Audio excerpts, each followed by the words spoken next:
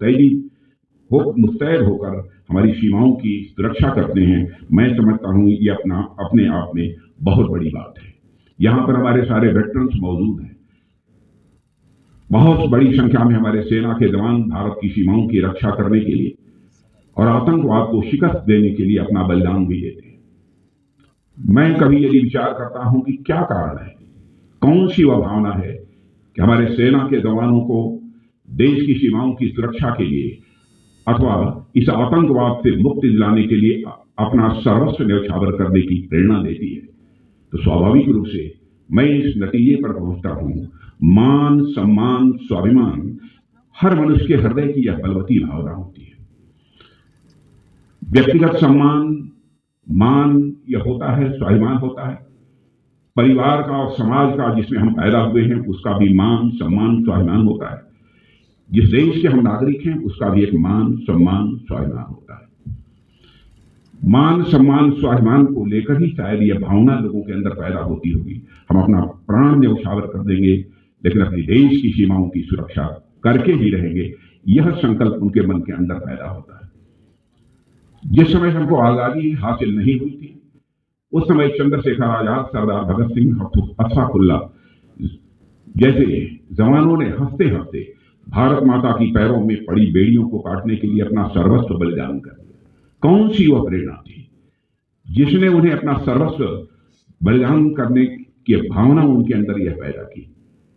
वह प्रेरणा थी मान, सम्मान और स्वाभिमान की, देश के मान, सम्मान और स्वाभिमान की भावना, जिसके लिए उन्होंने अपना सर्वस्व न्यौछावर किया।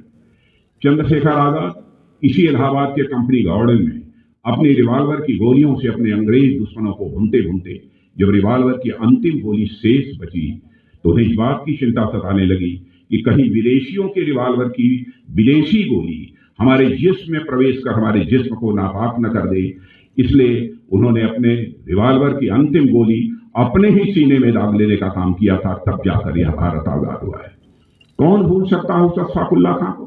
21 साल की जवानी थी, मां कहती थी बेटा शादी कर ले, लेकिन अशफाक उल्लाह के दिल में आजादी हासिल करने की दीवानगी थी। बार बार वह मां के आग्रह को टाल देता था।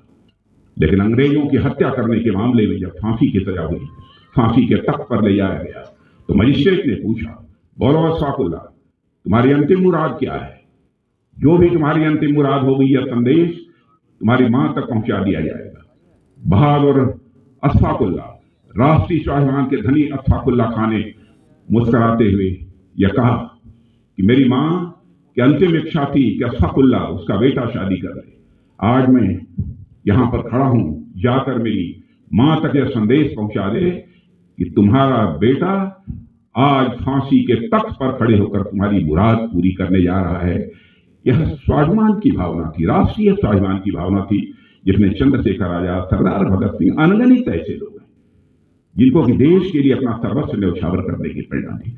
और मैं मानता हूं कि हमारे देश की सीमाओं की सुरक्षा में भी जिन लोगों ने अपना बलिदान दिया है, सेना में शामिल होने का जो फैसला करते हैं, उनके अंदर भी यही राष्ट्रीय स्वाभिमान की भावना है जो उन्हें प्रेरित करती है। जानते हैं हमारी जिंदगी कभी भी जा सकती है, और इस सच्चाई को समझते हुए भी और सेना में शामिल होते हैं, अपना बलिदान देते हैं, भारत की आन बान शान की व सुरक्षा की अपनी जिम्मेदारी का बखूबी यहां पर निर्वाह करते हैं।